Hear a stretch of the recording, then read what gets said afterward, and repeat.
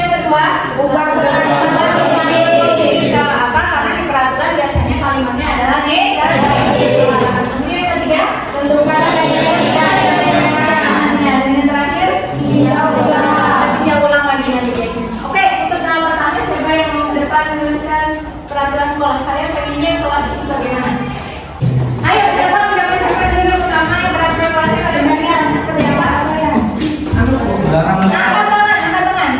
Ya, yuk. Dilarang memakai sepatu kelas. Dilarang menggunakan sepatu masuk kelas. Tulis. Nah, bisa baca tulisnya. Dilarang memakai sepatu di kelas. Ya.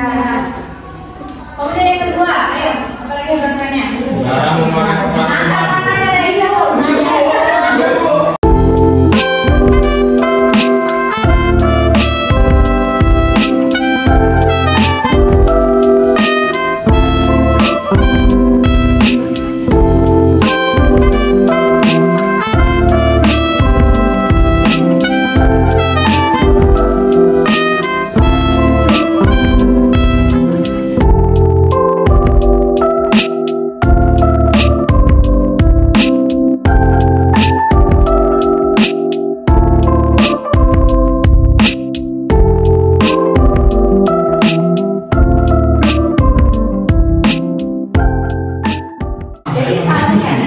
Biasanya kalau peraturan identik dengan kepesertaan, ya nggak? Ada keyakinan dari dalam diri kalian. Nah sekarang untuk membentuk keyakinan kelas, mari kita ubah peraturan ini menjadi kalimat positif. Tolong setelah saya berdua maju ke depan. Boleh memakai sepatu teman dalam kelas. Oke, kita sama-sama menyusun kalimat positifnya ya. Yang pertama, dilarang memakai sepatu dalam kelas. Kira-kira kalimat positifnya apa?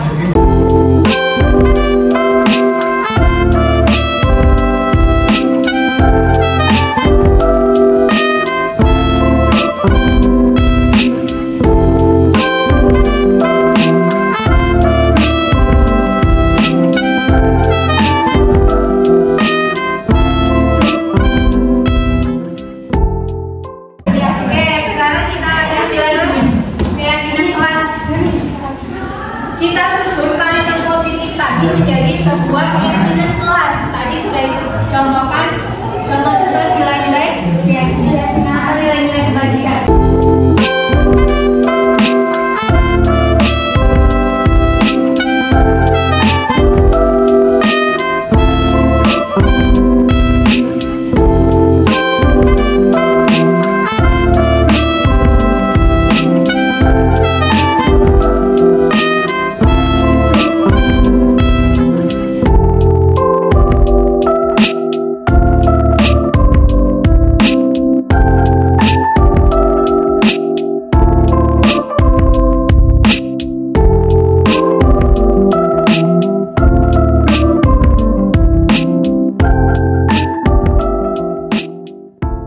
Jadi kalau di peraturan itu kalimatnya tadi negatif dan ada sanksi, sedangkan di keyakinan kelas ini kalimatnya adalah kalimat positif dan mengarah pada nilai-nilai kebajikan. Itu yang harusnya kalian yakini nantinya.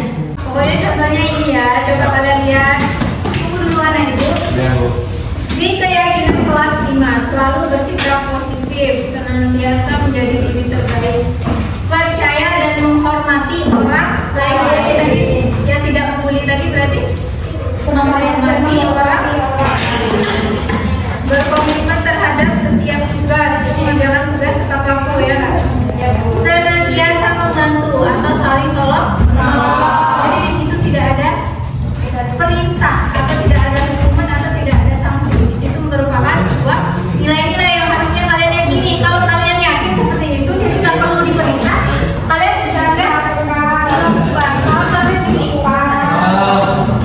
Ayo, ibu tutup sampai sini ya. Ya.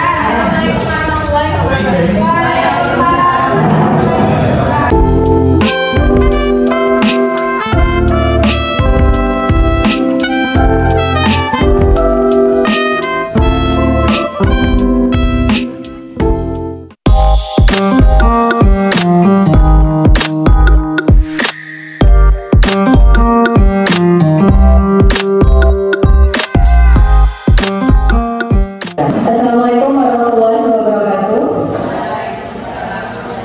Baiklah, pada kesempatan kali ini saya akan melakukan diseminasi modul 1.4 budaya positif yang merupakan serangkaian dari tugas program guru penggerak. Ya. Bapak Ibu masih semangat? Masih? Oke, kita buktikan semangatnya.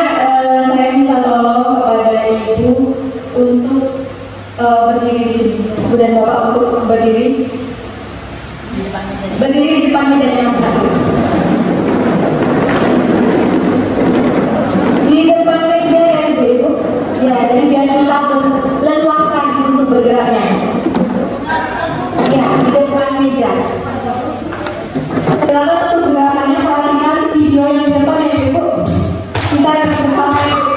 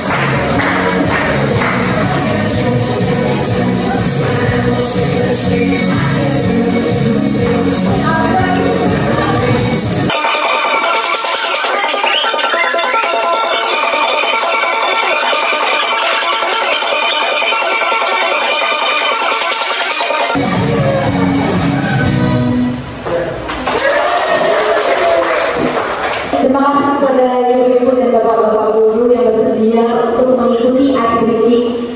Ya, semoga dengan adanya icebreaking ini kita dapat sedikit fresh ya, ibu-ibu, bapak-bapak. Oke. Kita langsung saja kepada kita. Sebelumnya untuk salam dan pembukaan saya tumpahkan kepada yang terdahulu. Langsung saja pada kesempatan kali ini saya akan menyampaikan pemahaman saya yang ada pada modul budaya positif ini.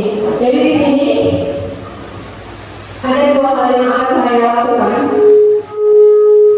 Untuk yang pertama yaitu saya akan memberikan pemahaman tentang konsep-konsep inti yang ada di modul budaya positif. Itu ada 7 konsep.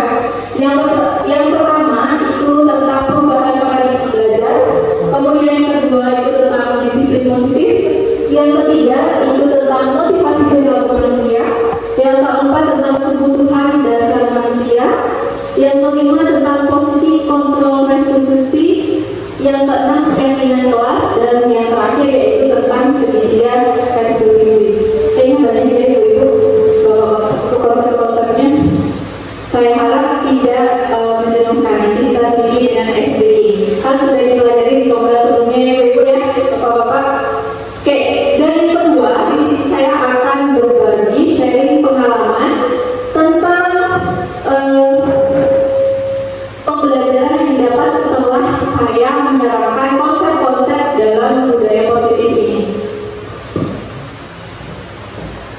Oke, pertama itu kita bahas dulu apa sih? Yang pertama kita bahas dulu apa sih itu budaya positif? Ada yang tahu kira-kira di sini Bapak budaya positif itu apa? Ya, seperti yang tertera pada slide-nya. Budaya positif merupakan perwujudan dari nilai-nilai ataupun keyakinan universal yang kita terapkan di sekolah. Nah, kemudian nilai di sini ada berkaitan dengan nilai-nilai atau keyakinan. Sekarang pertanyaan saya di sini, ada nggak ibu-ibu, bapak-bapak yang bisa menyampaikan kepada saya misal itu apa? Ya, Bu Robi? Sapa, senyum, salam. Ya, jadi nilai-nilai atau keyakinan ini contohnya seperti kedisiplinan, kemudian apa? Tanggung jawab, kerajinan, berintegritas, seperti itu ya Bu. Nah, jadi nilai-nilai ini yang akan kita terapkan di sekolah, yang nantinya akan menjadi suatu budaya positif di sekolah kita. Nah, budaya positif ini dilakukan dalam upaya untuk mengimplementasikan perubahan paradigma belajar. Apa itu perubahan paradigma belajar? Perubahan paradigma itu merupakan perubahan suatu cara berpikir atau cara bertindak ke cara berpikir atau bertindak ke hal yang baru. Ibaratnya ada perubahan di situ ya Ibu. Perubahan menjadi ke yang lebih baik. Nah, dalam hal ini atau dalam kasus ini kalau di sekolah kita yaitu adanya implementasi dari kurikulum Merdeka. Nah, dalam kurikulum Merdeka ini apa sih yang baru di sini? Yang baru di sini merupakan pembelajarannya itu berorientasi pada penguatan kompetensi dan pengembangan karakter yang sesuai dengan dimensi profil pelajar Pancasila yang sudah kita terangkan di kelas 10 ya, berupa P5 di sini itu. Oke. Nah, kemudian selain itu perubahan paradigma baru ini berlandaskan dari pemikiran atau filosofi dari Ki Hajar Dewantara. Ya, jadi adanya kurikulum Merdeka ini dari mana sih asalnya? Ternyata ini berasal dari pemikiran Bapak pendidikan kita ya Bu. Bapak Ki Hajar Dewantara itu sebenarnya sudah lama terpikirkan oleh beliau. Bagaimana sih konsep tentang pendidikan yang sebenarnya? Yang dalam hal ini saya simpulkan menjadi 6 dasar pendidikan. Yang pertama, pendidikan itu dasarnya adalah menuntut. Kemudian yang kedua, pendidikan itu merupakan menuntut segala kekuatan kodrat yang ada dalam diri murid, baik itu kodrat alam maupun kodrat keadaan, baik itu kodrat alam maupun kodrat zaman. Kemudian yang ketiga, pendidikan itu adalah menghamba pada murid. Maksudnya menghamba itu gimana ya Ibu, Bapak? Menghamba itu artinya kita berusaha untuk memenuhi segala kebutuhan yang ada dalam diri murid. Segala kebutuhan belajarnya itu kita berupaya untuk bisa memenuhinya dengan penuh rasa kasih sayang, sebagaimana kita mendidik anak kita sendiri, seperti itu. Kemudian yang keempat, pendidikan itu bukanlah tabula rasa. Jadi Ibu Bapak, anak-anak kita itu bukanlah kertas kosong. Jadi mereka sudah memiliki kekuatan kodratnya. Tugas kita adalah menebalkan garis-garisnya saja. Jadi itu tadi, artinya adalah pendidikan bukanlah tabula rasa. Kemudian yang kelima, pendidikan itu merupakan budi pekerti. Dan yang terakhir, dalam pendidikan kita seorang guru itu diibaratkan seorang petani. Kenapa kita diibaratkan seorang petani, Bu Bapak? Ada yang bisa menyampaikan pendapatnya mungkin? Ya, oke, baca. Bapak guru dikatakan sebagai seorang petani karena bahasanya kita memberikan ilmu kepada murid, bagaimana kita memupuk sebuah tanaman yang kita siram dan kita pupuk, kemudian hasilnya akan kita panen.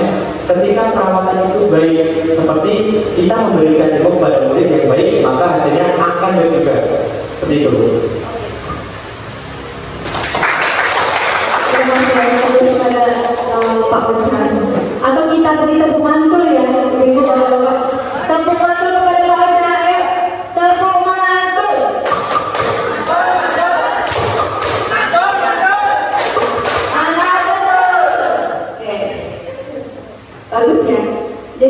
kenapa guru itu diibaratkan seorang petani? Seorang petani yang menanam biji jagung itu tidak mungkin tumbuhnya nanti berupa padi atau beras ya Bapak. Begitu juga sebaliknya, petani yang menanam jagung tidak mungkin petani yang menanam padi, biji padi tidak mungkin hasilnya jagung. Jadi tugas petani apa ya Bapak? Tugas petani hanya merawat, memberi pupuk, memberi air yang cukup agar apa? Agar tumbuh, agar nantinya akan tumbuh subur, menghasilkan banyak produk yang Bapak. Nah itu tugas kita. Itu tadi tentang 6 dasar pendidikan yang tujuan akhirnya apa? Tujuan pendidikan kita apa? Tujuan pendidikan adalah mengantarkan murid untuk mencapai keselamatan dan kebahagiaan setinggi-tingginya, baik untuk dirinya sendiri nanti ataupun untuk dirinya nanti dalam hidup bermasyarakat. Jadi sebenarnya kita mendidik murid itu sebenarnya kita mendidik masyarakat, Ibu Bapak. Kenapa? Karena yang kita didik itu adalah bagian dari masyarakat di masa akan datang. Nah, itu tadi. Oke, sebelum kita masuk ke materi disiplin positif, di sini ada beberapa pertanyaan. Coba Ibu Bapak nanti dijawab ya. Untuk pertanyaan yang pertama, pemberian hukuman dapat mendisiplinkan siswa. Kira-kira setuju nggak Ibu Bapak? Setuju atau tidak? Coba angkat tangan apa alasannya? Siapa yang berani untuk memberikan pendapatnya? Alasannya setuju apa? Alasannya tidak apa? Pemberian hukuman dapat mendisiplinkan siswa. Ya.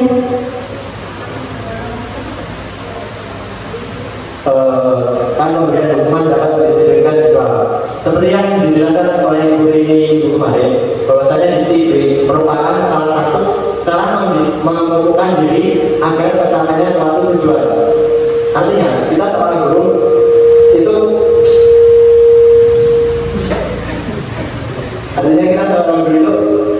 memberi hukuman dengan dasar supaya anak itu baik setelah lulus sekolah. Jadi kewajiban seorang anak yang belajar selama 12 tahun dengan bimbingan guru, ketika dia turun di masyarakat, hasilnya akan seperti Pak Tani tadi, di mana dia diperoleh pendidikan yang baik dan diajarkan oleh guru, maka sifat dan perilaku di masyarakat juga akan tercerminkan seperti dia belajar di sekolah. Terima kasih.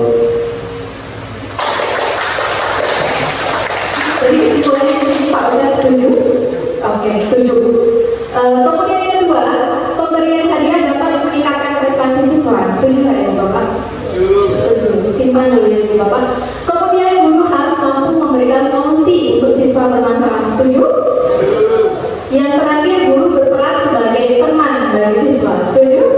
Jadi kita sebagai guru itu menjadi teman bagi siswa. Oke, untuk jawabannya itu sepertinya rata-rata setuju ya.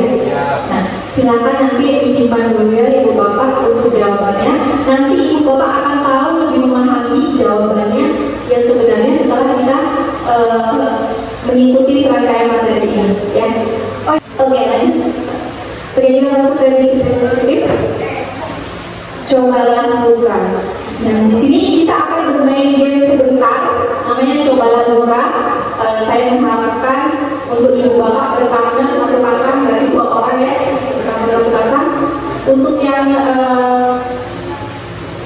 orang pertama saya sebut sebagai si A dan yang kedua saya sebut sebagai si B. Kemudian si A ini tugasnya adalah menggenggam tangan atau membuat kepala. Ya, silakan cari dulu partnernya Ibu Bapak. Tentukan mana si A dan mana si B. Sudah? Si A tugasnya menggenggam kepala tangan. Kemudian si B tugasnya adalah berusaha membuat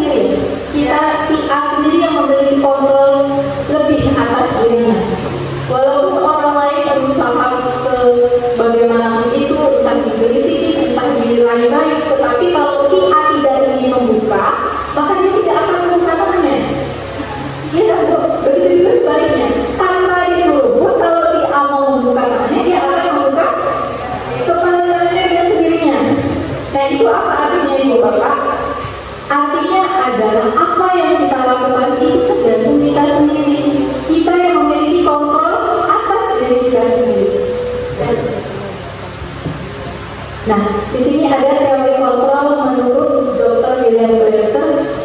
Ada 4 di sini teorinya. Yang pertama bahwa ilusi guru mengontrol murid. Kenapa guru mengontrol murid di sini disebut ilusi? Karena sebenarnya Bapak Ibu, kenapa guru itu bisa mengatur murid? Kalau kira-kira si muridnya, contohnya saja untuk peraturan sekarang ya Ibu, contohnya aja untuk memasukkan baju. Kalau misalnya anak tersebut tidak mau memasukkan baju, bagaimana? Ya, jadi semuanya tergantung kontrol si siswa tadi, si murid tadi. Kalau misalnya si muridnya mau memasukkan baju, itu artinya si murid mengizinkan guru untuk mengontrol dirinya.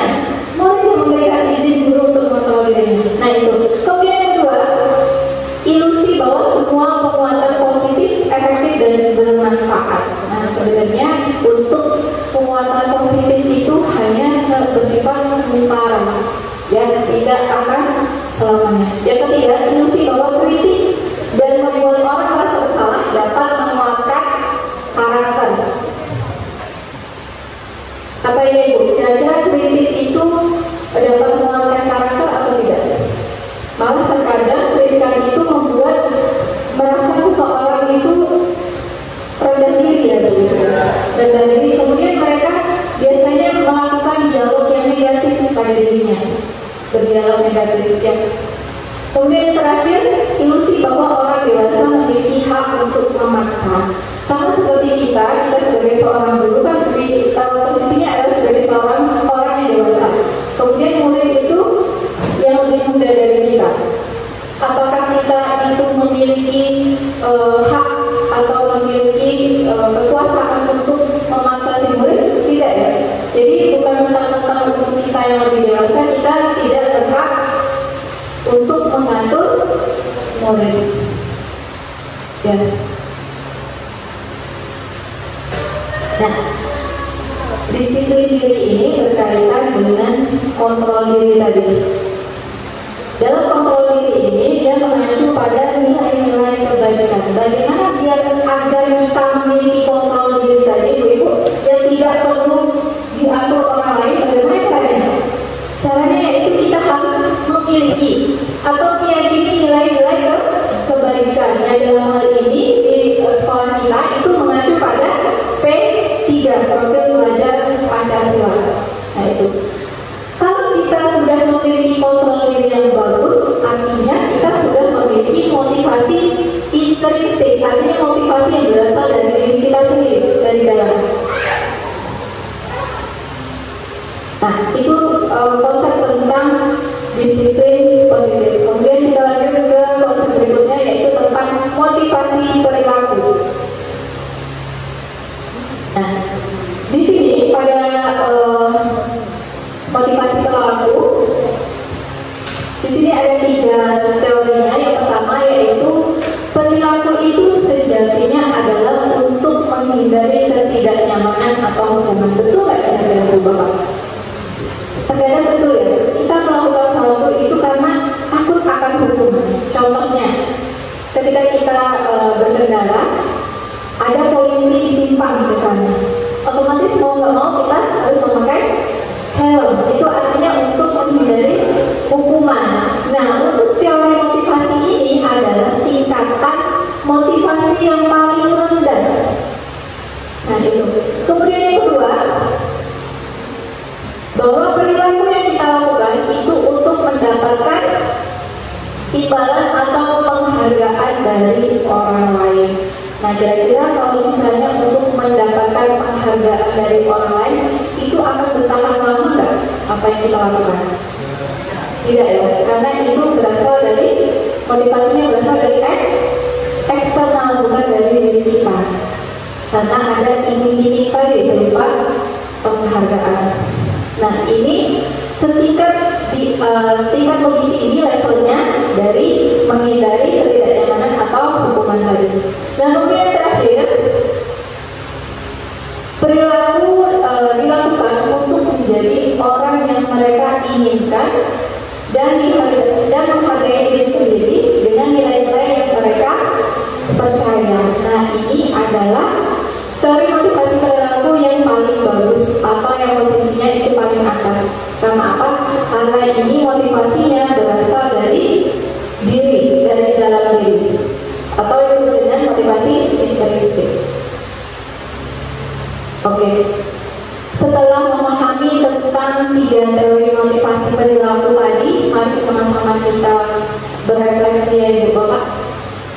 Di sini ada pertanyaan yang pertama. Sudahkah ibu bapak masuk kelas tepat waktu? Belum. Gak ada yang jawabannya. Saya mengharapkan jawabannya itu ada yang iya gitu. Biar ditanya alasannya. Oke, yang belum tadi ada nggak yang bersedia menyampaikan kira-kira apa alasannya belum?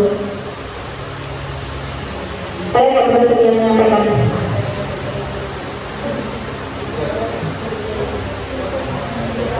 Ada ya? Oke.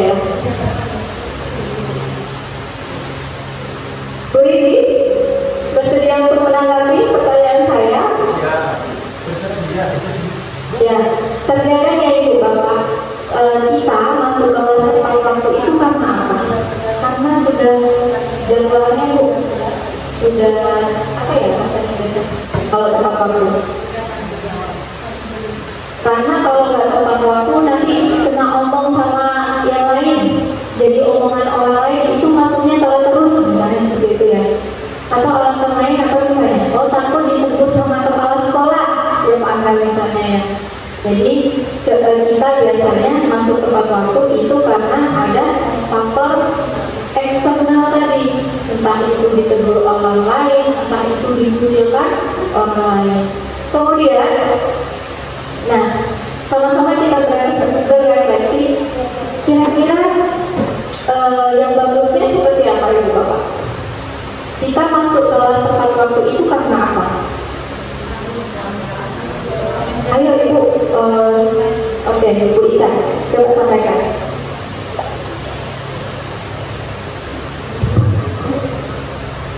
Baik, alasan kita sebagai guru untuk masuk tepat waktu itu yang pertama rasa tanggung jawab kita. Setiap jadwal proses pembelajaran itu merupakan tanggung jawab kita dimulai dari jam pertama sampai jam keluar kita. Jadi rasa tanggung jawab yang kita tumbuhkan di dalam diri kita yang membuat kita menjadi tepat waktu masuk ke dalam kelas, karena waktu itu seperti yang kita tahu sebuah waktu itu adalah berharga. Jadi 1 menit saja kita terlambat ke dalam masuk ke dalam kelas itu juga merupakan sebuah rugi bagi siswa kita. Jadi itulah alasan kenapa kita harus tepat waktu masuk ke dalam kelas. Terima kasih. Saya kembalikan. Terima kasih kepada Bu Ica. Kita beri tepuk tangan dulu. Oke, jawaban dari Bu Ica tadi, karena itu merupakan suatu bagian dari tanggung jawab. Nanti kalau dia sudah masuk tepat waktu karena dia merasa memiliki tanggung jawab dan ia ingin meneladani atau menjadi teladan bagi murid-muridnya, berarti dia sudah memiliki apa yang Bapak tadi? Memiliki motivasi dari dalam atau motivasi internal, dan motivasi internal ini yang akan bertahan lama tadi ya Bapak ya. Oke. Kemudian kita berefleksi kalau tadi untuk diri kita sendiri, kita lanjut kepada murid-murid kita. Nah, kira-kira untuk motivasi yang paling banyak mendasari perilaku murid kita di sekolah itu apa? Kira-kira apakah itu karena kesadaran diri, atau karena diperintahkan, atau karena ada larangan? Kira-kira apa Ibu Bapak? Karena mengikuti peraturan ya. Ya. Iya, karena mengikuti peraturan. Nah, di sini kalau misalnya ada anak yang tidak mengikuti peraturan, apa strategi yang Ibu Bapak implementasikan atau laksanakan? Apa strateginya? Ayo Ibu Bapak minta tolong untuk apa jawabannya. Ayo, ada yang bersedia untuk menjawab? Ibu Intan ya? Ya. Saya menanggapi Pukul-pukul. dari buku. Menurut saya, menurut strategi yang bagus untuk murid kita agar taat akan aturan gitu ya. Sebaiknya memberikan duit. Foto, udah foto. Hukuman yang tidak terlalu berat atau diberikan dispensasi yang tidak. Ya. Terima kasih pada yang minta ya, jadi rata-rata pasti jawabannya adalah selanjutnya itu memberikan hukuman, denda, konsekuensi seperti itu ya Ibu Bapak ya. Nah itu. Kemudian sebenarnya kalau misalnya untuk kasus apa ya Bu Siswa contohnya ya? Sering telat. Pak Butika ini sering telat. Untuk kasus sering telat, kira-kira nilai-nilai kebajikan apa yang Anda itu, yang Ibu Bapak berusaha tanamkan kepada murid biar dia nggak telat? Kira-kira nilai kebajikan apa? Tadi kan udah disebutkan ya nilai-nilai kebajikan tadi. Iya. Jadi nilai-nilai kebajikan yang perlu kita terapkan itu adalah disiplin. Yaitu redaksi tadi. Nah, kita lanjut kepada hukuman, konsekuensi, dan restitusi. Nah, itu di dalam tabel itu terdapat perbedaan masing-masing. Maaf ya, ini Ibu juga pernah. Jadi, Ibu Bapak, untuk hukuman itu merupakan jenis identitas gagal. Kemudian kalau sanksi dan konsekuensi, restitusi itu termasuk di dalam identitas disiplin. Ternyata yang kita lakukan selama ini menghukum murid itu merupakan suatu identitas kegagalan. Ya, bisa terlihat Ibu Bapak untuk bacaan di depan. Tidak. Ya, di sini terlihat ya, untuk hukuman itu adalah sesuatu yang menyakitkan. Kemudian kalau sanksi, sesuatu yang harus terjadi. Dan kalau restitusi itu merupakan pilihan. Jadi kalau di restitusi kita diberi pilihan, nggak langsung serta-merta kita akan memberikan hukuman. Kemudian tidak nyaman untuk murid. Biasanya terpaksa ya Ibu ya kalau hukuman. Kemudian sanksi tidak nyaman untuk murid, masih tidak nyaman. Kemudian kalau restitusi di sini menguatkan murid dalam jangka waktu panjang. Nah, di sini ada banyak yang Ibu Bapak bisa baca di slide. Oke, next Pak Ibu. Oke, kita latihan dulu pemahaman di LMS. Oh ya, sebelumnya untuk perbedaan hukuman, konsekuensi dan restitusi, apakah sudah paham Ibu Bapak? Sudah. Sudah ya? Sudah. Sudah baca di slide tadi ya? Ya Bu, kemarin. Kita lihat sebentar ya Ibu Bapak untuk membedakan mana sih yang merupakan hukuman, mana yang merupakan restitusi, mana yang merupakan konsekuensi. Jadi secara langsung, contoh murid telat untuk sama sanksi kan botol. Oke, terlihat Ibu Bapak? Berarti murid tadi lebih berat sanksi kan botol. Terlihat? Ada kayak hukuman. Tidak terlihat ya? Kalau di Bali ya tidak terlihat terus. Tidak terlihat Bu. Tidak terlihat ya Bu Betty ya? Bu Betty sudah terlihat? Belum. Bu Betty sudah. Oke, di sini mencatat 100 kali di dalam buku kalimat dengan kalimat saya tidak akan terlambat karena terlambat ke sekolah. Kira-kira itu merupakan hukuman atau konsekuensi? Coba Pak Ibu, Pak Ibu. Jadi nanti diikuti.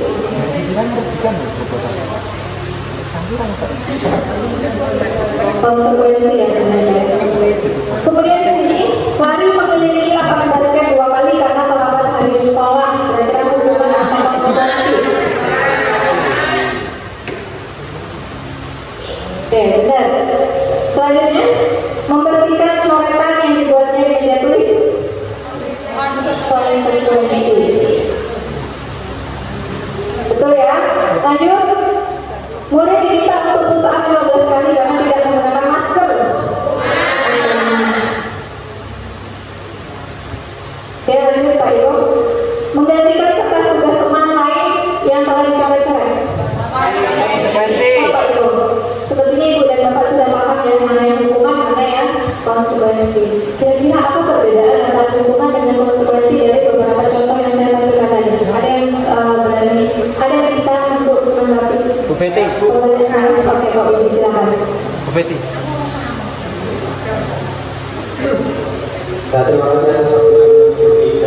Maaf jika masih banyak salahnya. Kalau menurut saya, untuk hukuman itu adalah sesuatu yang diberikan secara fisik, seperti push up tadi, terus lari, makanan.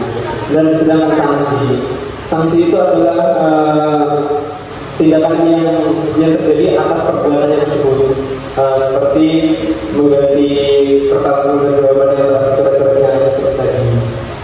Mungkin itu. Terima kasih. Oke, terima kasih Triplus untuk kali ini.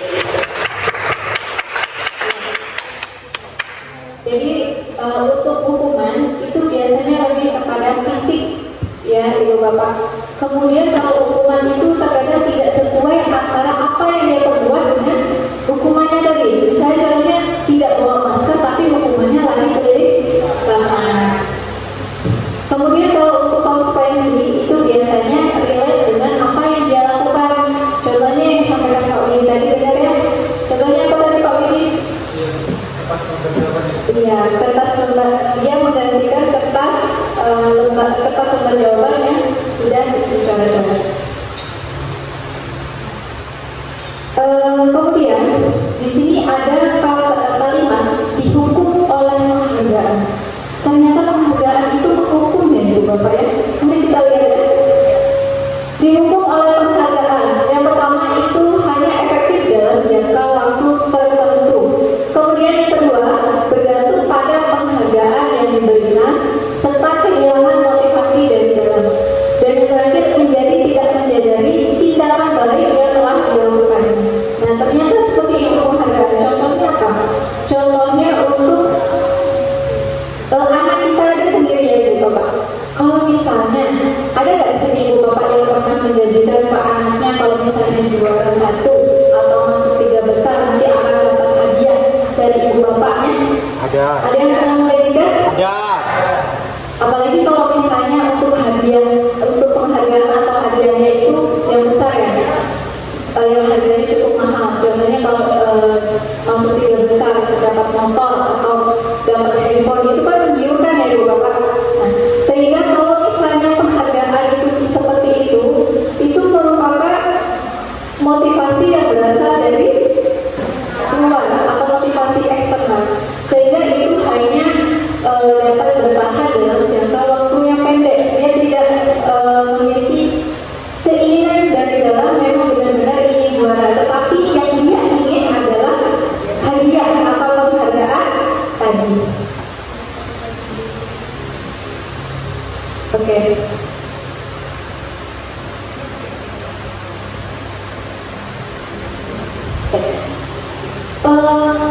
Seperti yang sudah saya sampaikan tadi tentang teori motivasi perilaku, ya bahwasanya seseorang itu melakukan tindakan itu pasti ada tujuannya. Betul nggak Ibu Bapak? Semua yang kita lakukan itu pasti ada tujuannya. Dan tujuan ini biasanya adalah untuk memenuhi kebutuhan dasar manusia. Dan dalam hal ini terdapat 5 kebutuhan dasar manusia. Yang pertama itu bertahan hidup, yang kedua kebebasan, kasih sayang dan rasa diterima, penguasaan dan kesenangan. Contohnya apa di sini ya? Saya ambil kasus misalnya seseorang yang di rumah, ada si A misalnya di rumah dia sudah tidak memiliki bahan pokok untuk dimasak atau untuk dimakan, dan kebetulan uangnya juga sudah tidak ada, sehingga membuat si A tadi melakukan pencurian atau mencuri. Nah, kira-kira apa tujuan dari dia mencuri dari Ibu Bapak? Iya, memenuhi Pak Ibu, masih tadi Pak Ibu. Tujuan dari si A tadi mencuri adalah untuk memenuhi kebutuhan dasarnya. Yang mana Ibu Bapak? Iya, untuk bertahan hidup. Ya. Contoh lain lagi, masih dalam kasus mencuri misalnya, dia memiliki uang, bisa makan, tetapi dia masih mencuri gitu. Kira-kira apa motivasi apa tujuannya? Tujuannya melakukan pencurian, padahal dia sudah bisa makan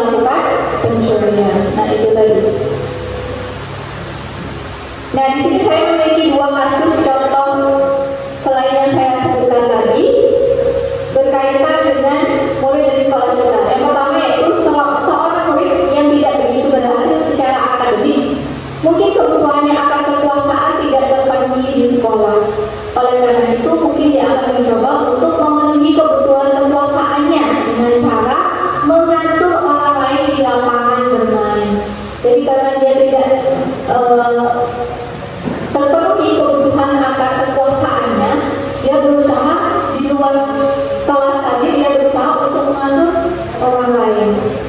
Untuk kasus yang pertama. Kasus yang kedua, seseorang yang tidak merasa diterima oleh teman-temannya, kebutuhannya akan cinta dan kasih sayang tidak terpenuhi. Oleh karena itu, dia mungkin akan memiliki satu teman dan memisahkan diri dengan yang lain. Sebagai guru, kita bisa membangun hubungan yang bisa membangun kepercayaan dan keintiman dengan anak ini. Nah, kadang-kadang ya ada anak-anak kita yang suka punya diri apa namanya itu aja.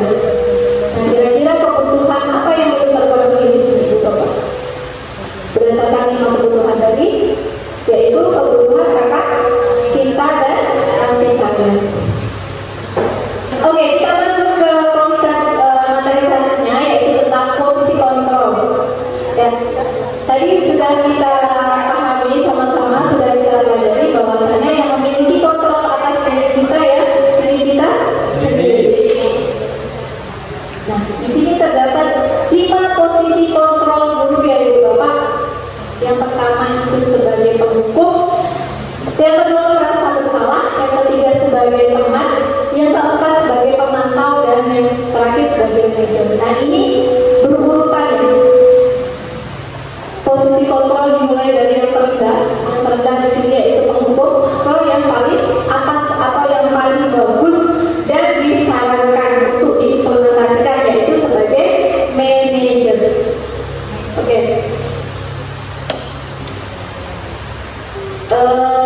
Di sini saya memiliki video. Dari 5 posisi kontrol ini, kira-kira Ibu dan Bapak di posisi yang mana ya? Pemantau. Pemantau. Siapa yang jadi pemantau? Pak Ocar. Yang lain Ibu Bapak kira-kira pengen tahu deh.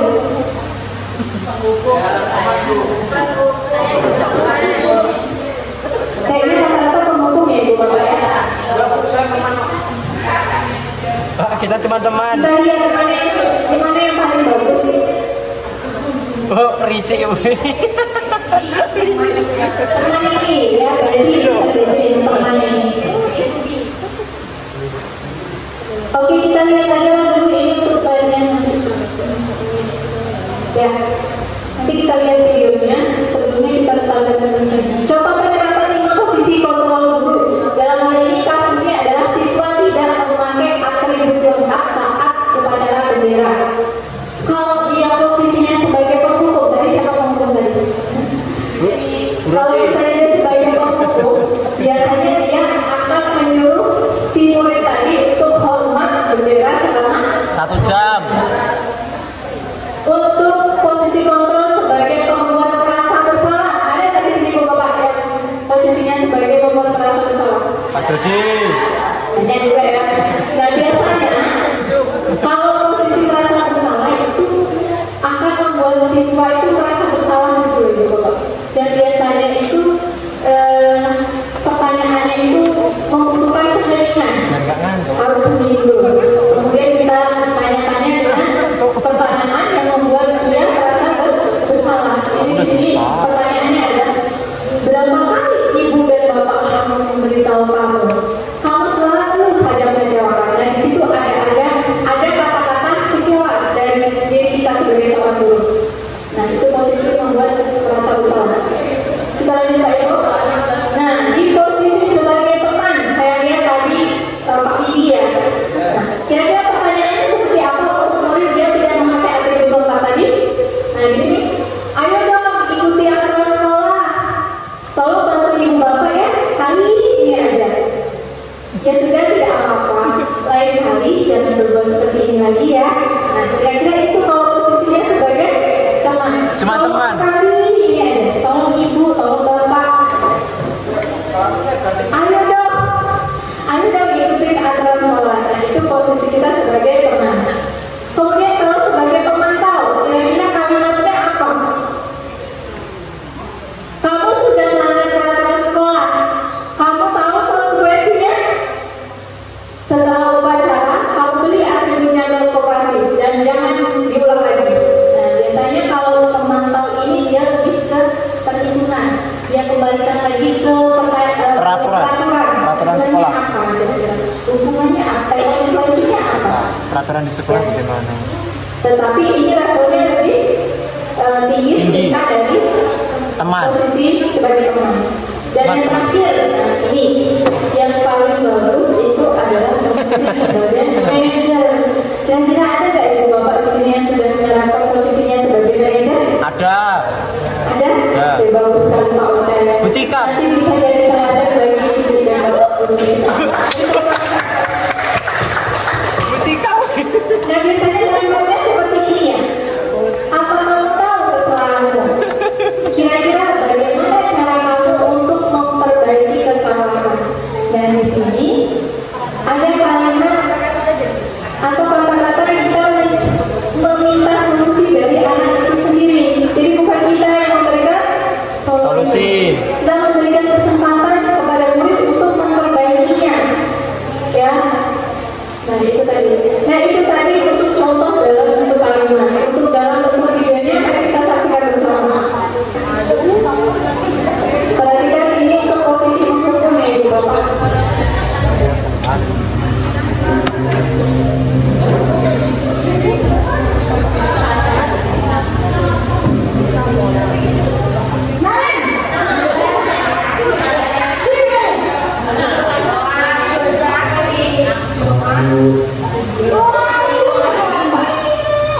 Kamu deh pasti terlambat.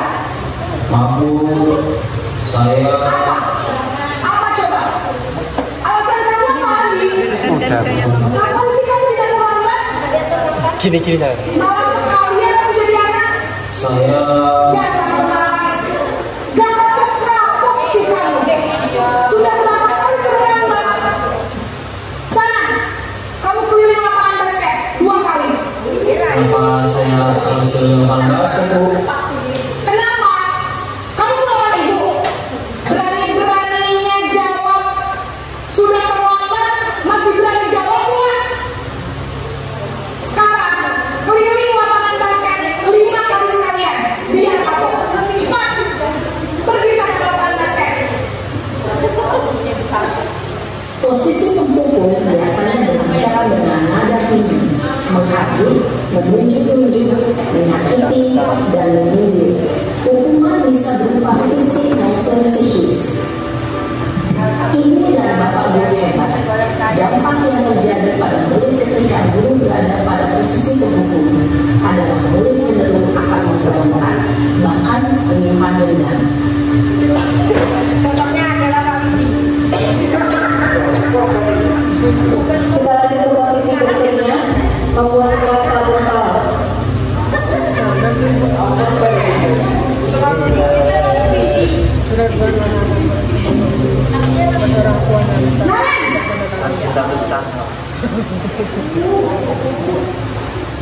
Selamat pagi Bu. Naren, kamu kenapa terlambat lagi, nak? Ya Tuhan, Naren, kamu senang ya bikin ibu susah ya? Kalau kamu terlambat lagi, nanti ibu yang ditegur bapak kepala sekolah, nak. Disangka ibu tidak bisa membina kamu. Duh, gimana ini? Maaf Bu, Duh, Gusti Naren, kamu suka ya kalau ibu ditegur bapak kepala sekolah? Terus, sekarang ibu harus tulis apa yang ibu absen? Ini kan sudah terlambat loh. Ibu harus apa coba? maaf Bu, maaf sekali. Ya sudah, lain kali jangan bikin ibu susah lagi ya nak ya. Ibu tidak akan kuat lagi kalau kamu gini terus. Bisa jantungan kalau ibu ditegur bapak kepala sekolah. Sana cepat kelas.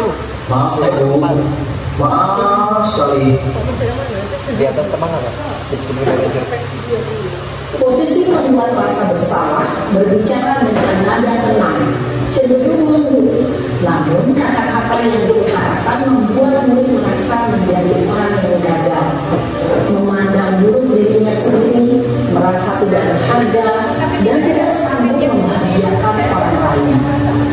Ketika guru mengambil posisi membuat rasa bersalah, murid akan menganggap dirinya yang bersalah dan ia akan menyimpan emosi negatif tersebut di dalam dirinya.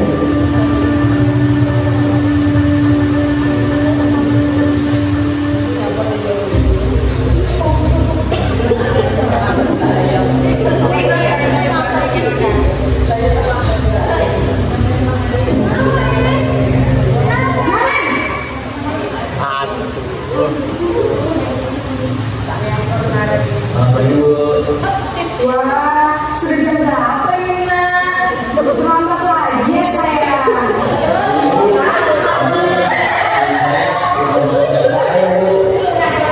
Kamu malah menyalahkan ibu kamu. Kamu bukannya anak yang paling kencang.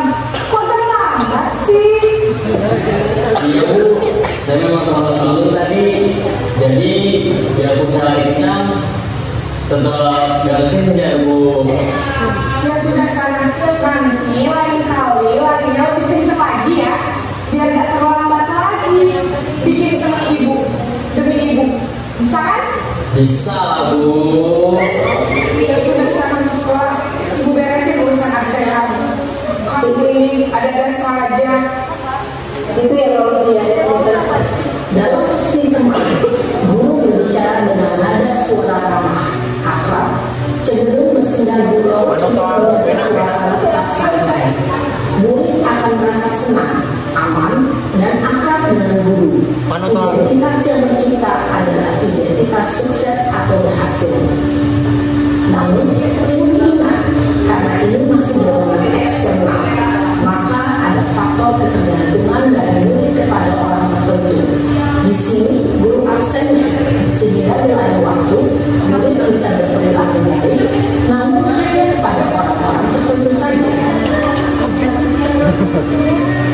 Nah ini posisi yang paling bagus ya Bapak Ibu. Maaf belum, ini masih pemantau.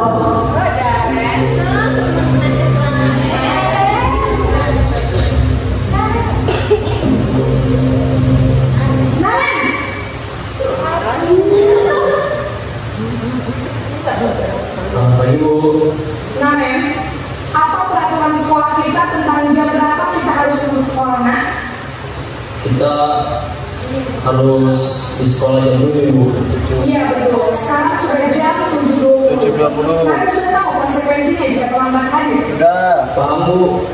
Saya harus tinggal puas, jam istirahat selama 20 menit. Iya benar, konsekuensinya demikian. Jadi nanti jam 9.30 pas istirahat, kamu harus tinggal di kelas, kerjakan tugas tambahan untuk ketinggalan kamu, ya? Baik Bu.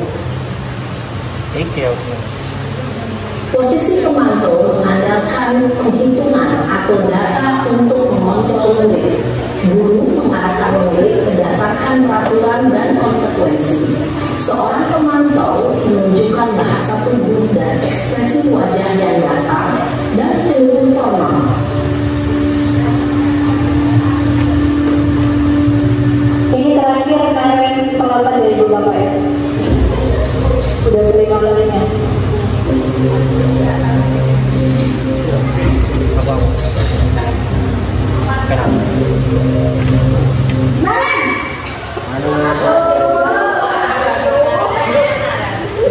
Selamat pagi Bu. Selamat pagi, Naren. Maaf Bu, saya terlambat. Iya, sekolah masuknya jam 7, sekarang sudah jam 7.20. Jadi sekarang bagaimana ini, Naren? Maaf Bu, saya lupa setel alarm saya semalam. Baiklah, menurut kamu, keyakinan sekolah yang mana yang perlu kamu tingkatkan? Menghargai diri sendiri dan orang lain mungkin ya Bu. Setuju. Jadi, apakah Naren meyakini prinsip saling menghormati tersebut? Iya Bu, saya meyakininya. Apakah Naren bersedia memperbaiki masalah keterlambatan ini? Bersedia Bu. Bagaimana kamu akan memperbaiki masalah keterlambatan ini? Saya akan coba untuk tidak lupa menyetel alarm saya Bu. Baik, kalau Naren mau menyetel alarm di rumah, ada orang yang kira-kira bisa bantu mengingatkan tidak? Ada Bu, kakak saya, Kak Emma. Ada lagi selain Kak Emma? Selain Kak Emma, ada ibu saya. Baik, jadi yang mengingatkan Naren adalah Kak Emma dan ibu kamu ya? Ya. Kira-kira akan mulai set alarm kapan ya, Naren? Setelah pulang sekolah, akan segera saya lakukan. Baik, jadi Naren akan setel alarm untuk bangun besok pagi dan akan diingatkan oleh kakak dan ibu dan Naren ya? Iya. Ada lagi yang tidak berlaku Naren? Agar tidak terlambat dulu lagi. Tidak ada Bu. Baik Naren, terima kasih untuk kerjasama kamu. Sekarang kamu perlu kembali ke kelas untuk belajar. Baik Bu, terima kasih. Posisi manajer adalah posisi kontrol yang disarankan untuk membimbing murid memiliki sikap disiplin yang positif, yaitu murid yang mandiri, bertanggung jawab, dan dapat memecahkan masalah. Tujuan dari posisi ini adalah agar murid dapat berefleksi atas tindakannya.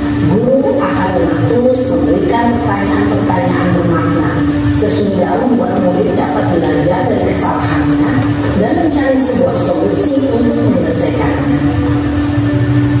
Ibu dan bapak guru hebat, setelah mengamati adegan kelima posisi kontrol tadi, kira-kira posisi mana yang paling ideal?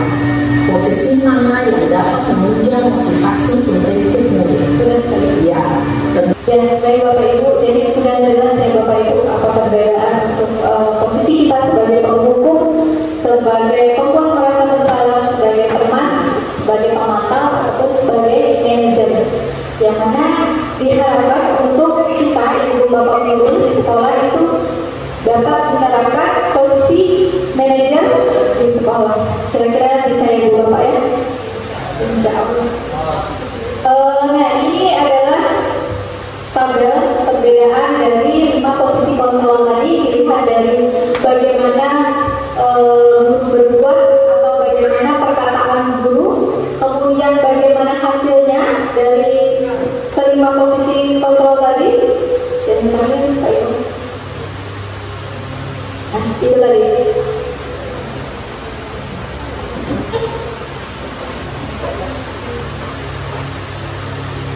Nah, ini ya. Bagaimana guru berkata, bagaimana sikap guru, bagaimana hasilnya nantinya kepada murid, bagaimana perkataan muridnya, bagaimana dampak kepada murid, dan yang terakhir adalah kaitannya dengan dunia berkualitas. Ya. Nah, itu tadi kelima posisi kontrol guru. Dan materi berikutnya adalah kita akan latihan di PMS untuk menguji apakah Ibu Bapak sudah paham tentang posisi kontrol guru tadi. Oke, coba Ibu Bapak jawab untuk yang pertama.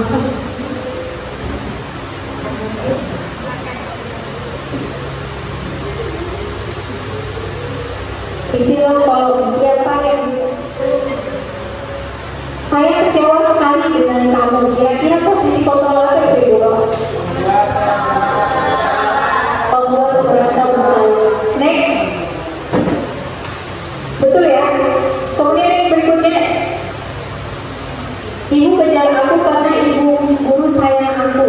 Posisi apa itu Ibu Bapak?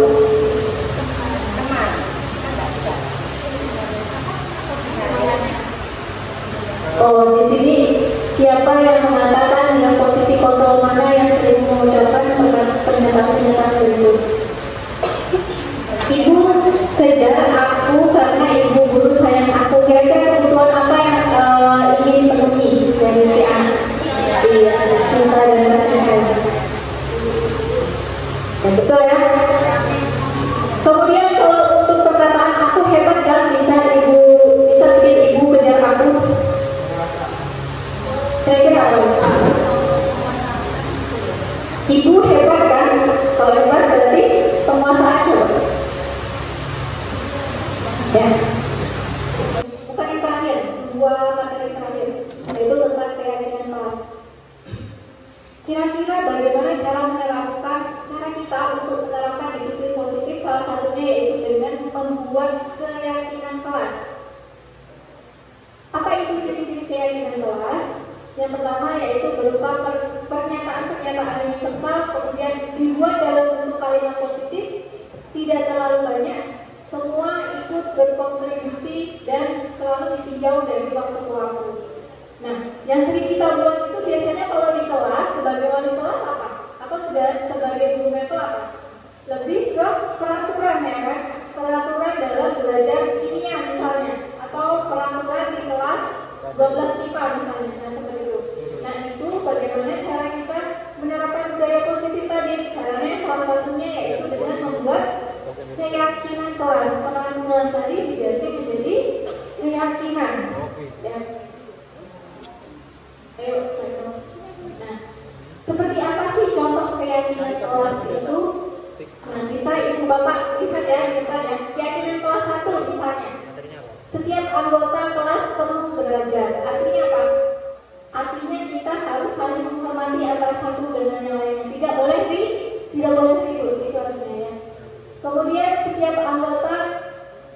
setiap anggota kelas perlu senang, artinya tidak boleh mengganggu satu sama lain. Kemudian selanjutnya, setiap anggota kelas perlu melakukan tugas. Ya, jadi semuanya itu harus membuat tugas. Itu artinya. Jadi untuk keyakinan kelas itu dibuat dengan menggunakan kata-kata positif dan tidak ada disertai dengan hukuman atau konsekuensi di situ. Nah. Oke, untuk yang terakhir yaitu segitiga restitusi. Apa itu segitiga restitusi? Nah, jadi segitiga restitusi ini salah satu langkah seseorang yang berada di posisi manajer, bagaimana membuat seseorang yang gagal jadi orang yang sukses. Jadi di sini ada 3 tahap atau 3 langkah dalam kita menjadikan posisi kita menjadi manajer. Apa saja langkah-langkahnya? Yang pertama, itu yang ada di paling bawah. Yang pertama adalah stabilkan identitas. Bisa ibu lihat dari di depan ya, ibu bagian di depan ya, menstabilkan identitas. Nah, jadi untuk kalimat atau kata-kata menstabilkan identitas itu kita biasanya mengatakan setiap orang pasti pernah melakukan kesalahan. Jadi kita stabilkan dulu identitasnya. Kemudian kamu bukan satu-satunya yang pernah melakukan ini. Nah, untuk langkah yang kedua setelah menstabilkan identitas yaitu kita validasi tindakan yang salah. Nah, di validasi tindakan yang salah ini perkataan yang biasa kita lontarkan adalah kamu tentu punya alasan mengapa kamu melakukan hal itu. Atau adakah cara lain yang lebih mudah? Ya, adakah cara lain yang lebih efektif atau mudah untuk mendapatkan apa yang kamu butuhkan? Dan yang terakhir, langkah terakhir adalah menanyakan keyakinan. Contoh pernyataannya di sini adalah keyakinan kelas apa yang sudah kamu yakini. Nah, makanya tadi kita semua membuat keyakinan kelas. Kita tanyakan keyakinan kelas, keyakinan apa yang kita miliki. Kemudian kamu ingin menjadi orang yang seperti apa? Nah, ini merupakan langkah-langkah yang bisa kita lakukan dalam menghadapi kasus murid-murid kita. Ya, ibu bapak ada 3 langkah tadi. Nah, ini dia. Ini adalah beberapa kalimat yang kita lontarkan ketika kita menstabilkan identitas. Berbuat salah itu wajar loh. Jadi kita mewajarkan kesalahan anak tersebut. Tidak ada manusia itu yang sempurna. Ibu dan bapak juga pernah melakukan kesalahan loh. Kamu berhak merasa begitu. Nah, untuk pada tahap kedua, saya tambahkan tadi pernyataannya cuma 2 ya. Kalau dalam segitiga restitusi ini saya tambahkan di sini. Berdasarkan prinsip setiap perilaku berupaya untuk memenuhi suatu kebutuhan tertentu. Kalimatnya, kata-katanya adalah sebagai berikut. Kamu pasti punya alasan mengapa kamu melakukan itu. Padahal kamu bisa melakukan yang lebih buruk dari ini, ya kan? Kamu patut bangga karena telah memiliki sesuatu yang penting buat kamu dan lain sebagainya. Dan yang terakhir adalah menanyakan keyakinan. Berdasarkan prinsip dan kontrol bahwa pada dasarnya kita termotivasi secara intrinsik atau dari dalam. Kita tanyakan keyakinannya apa? Apa keyakinan kelas kita? Nilainya apa yang pernah kita sepakati? Kamu ingin menjadi orang yang seperti apa? Dan lain sebagainya. Nah, itu tadi adalah beberapa pertanyaan yang kita lontarkan ketika kita melakukan atau menerapkan yang namanya segitiga restitusi tadi. Nah, di sini saya akan menayangkan sedikit video yang telah saya praktekkan ketika ada anak murid saya yang berbuat kesalahan. Ada anak yang terlambat 30 menit di materi di pembelajaran saya, pembelajaran kimia. Indra, kebetulan Indra namanya.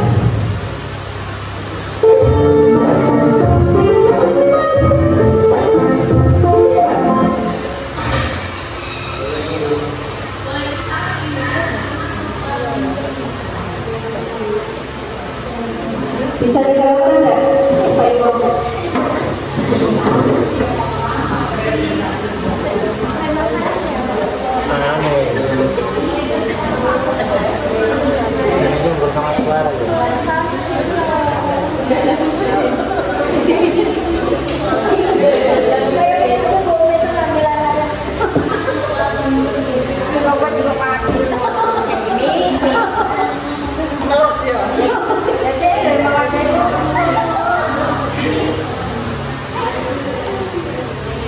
Jadi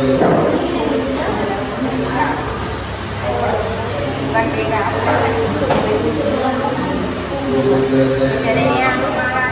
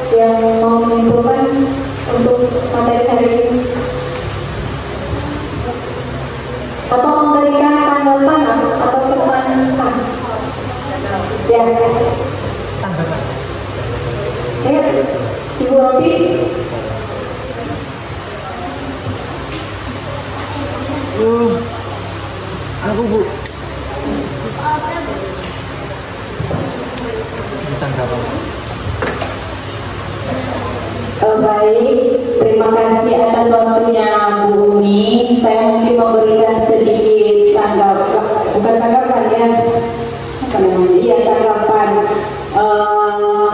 Karena sudah melihat tayangan dari Bu Umi, kemudian hasil diskusi bersama guru-guru semuanya yang dipimpin oleh Bu Umi, itu saya menjadi lebih meningkatkan lagi cara mendidik anak, mendisiplinkan anak, kemudian aturan, kemudian mana yang boleh, mana yang tidak, itu bisa lebih saya tingkatkan. Mungkin itu saja, lebih dan berkurang mohon maaf. Assalamualaikum warahmatullahi wabarakatuh. Terima kasih kepada Ibu Robi sebagai penutup ya Ibu Robi pada kesempatan kali ini. Oke, saya mau dengar ini dong jalan SMA 19 semua. Ada nggak Ibu Bapak jalannya? Ada. Oke, kalau saya sebutkan SMA 19 semua. We are the best, yes. We are the best, yes. Oke, bagus. Ini bagus. Bisa ya Ibu Bapak SMA 19 semua. We are the best, yes. We are the best. Oh, oke. Bahasa Inggris Kami yang terbaik loh. Tadi aja Bu, yang tadi ada satu kelas Bungo, Maju, Jaya, dan Berkembang. Oke, itu penyemangat kita pulang hari ini. Saya meminta yel-yelnya. SMA 19 semua maju, jaya, dan berkembang. Oke, terima kasih Bu Bapak. Wassalamualaikum warahmatullahi wabarakatuh. Baik, Bapak Ibu, terima kasih kami sampaikan kepada Ibu Umi yang telah membagikan ilmunya. Mudah-mudahan ilmunya akan bermanfaat untuk kita.